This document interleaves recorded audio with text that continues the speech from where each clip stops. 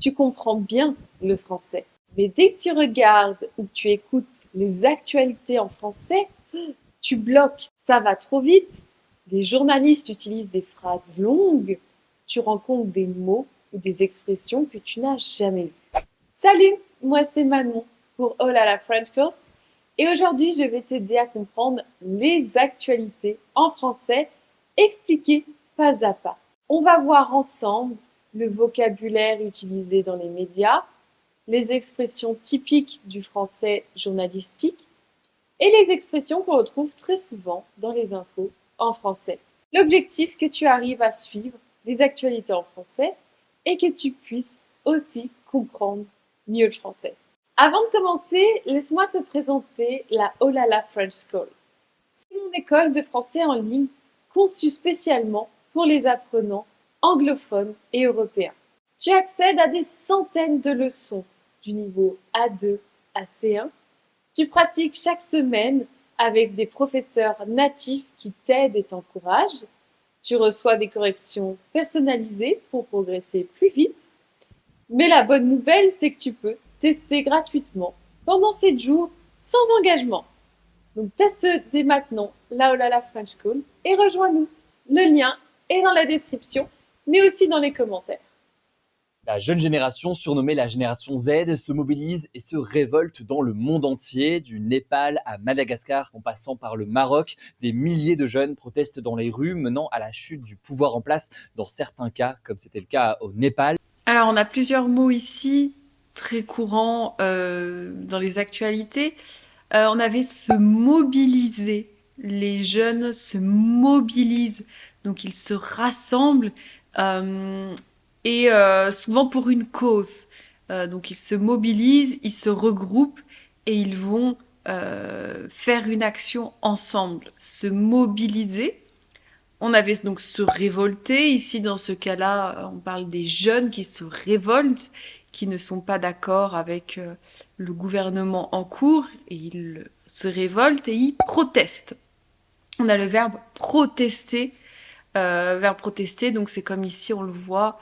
Exprimer son mécontentement, souvent ça passe par le biais de manifestations.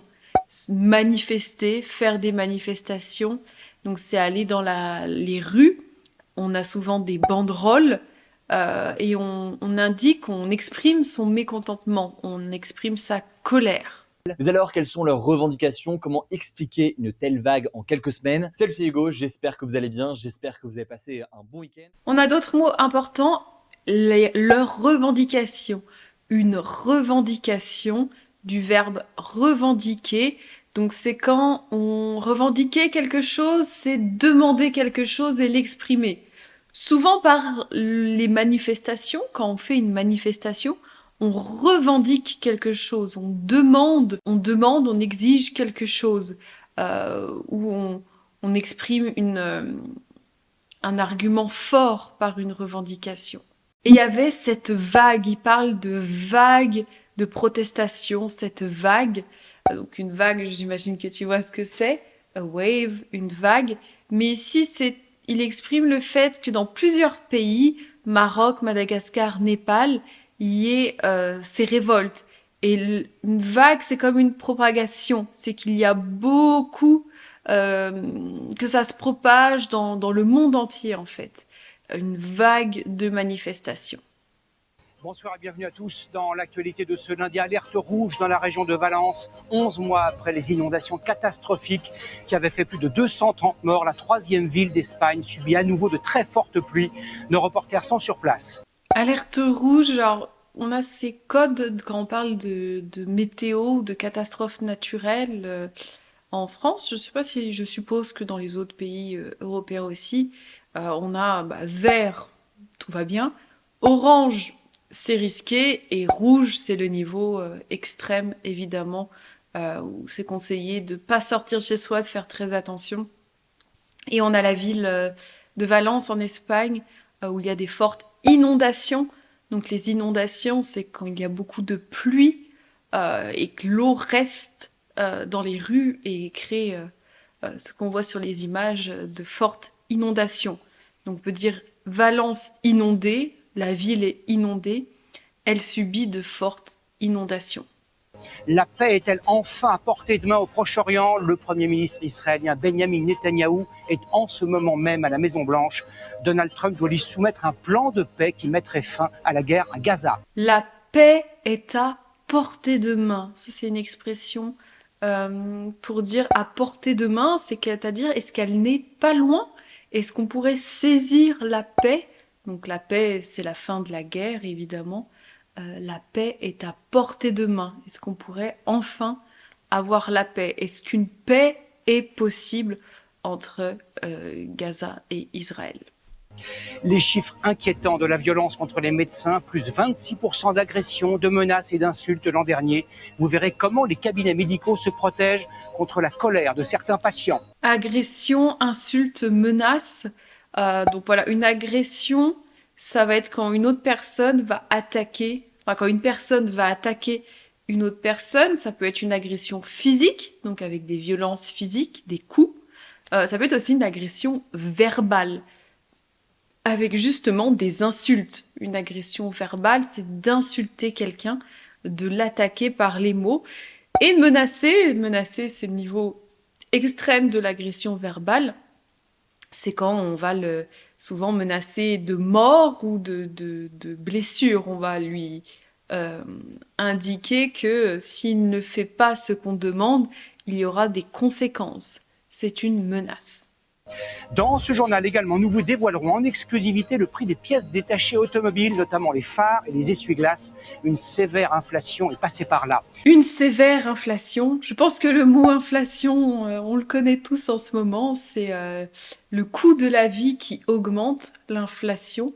Une sévère inflation. Sévère, c'est très important. C'est même très exagéré. Enfin, je ne sais pas si ça l'est réellement, mais c'est un mot très fort pour le dire. Une sévère inflation, ça indique vraiment une inflation très importante. Enfin, un document dans ce journal, vous découvrirez les coulisses d'un des chantiers du siècle. Il a commencé en 2001, ne s'achèvera qu'en 2033. Le tunnel ferroviaire Lyon-Turin sera alors le plus long du monde. Les 57 km creusés sous les Alpes sont encore loin d'être achevés. Donc on parle de tunnel, on a le titre, en gros titres. Les gros titres, là, c'est ce qu'on vient de voir, c'est les informations les plus importantes. Faire les gros titres, être à la une, c'est les actualités les plus importantes. Et on a le tunnel de tous les records. Un record, c'est un exploit incroyable qui n'a jamais été battu. C'est unique au monde. Et donc ici, on parle d'un tunnel de tous les records. Et il dit à la fin, il n'est pas fini, il n'a pas fini d'être achevé. Achevé, ça signifie ici terminé. Achevé, ça peut vouloir dire mourir, tuer quelqu'un. Ou achevé, ici dans ce cas-là, ça peut signifier d'être terminé. C'est un mot plus formel ici. En fait, on utilise dans les actualités du vocabulaire un peu plus formel. Et le mot achevé est un mot plus formel pour dire terminé. Nicolas Sarkozy ira-t-il en prison? Le procès dit libyen est celui où l'ancien président, aujourd'hui âgé de 70 ans, risque le plus gros, et le dernier d'une série de 5 procès en 5 ans. Condamnation, recours, mise en examen, où en est Nicolas Sarkozy avec la justice?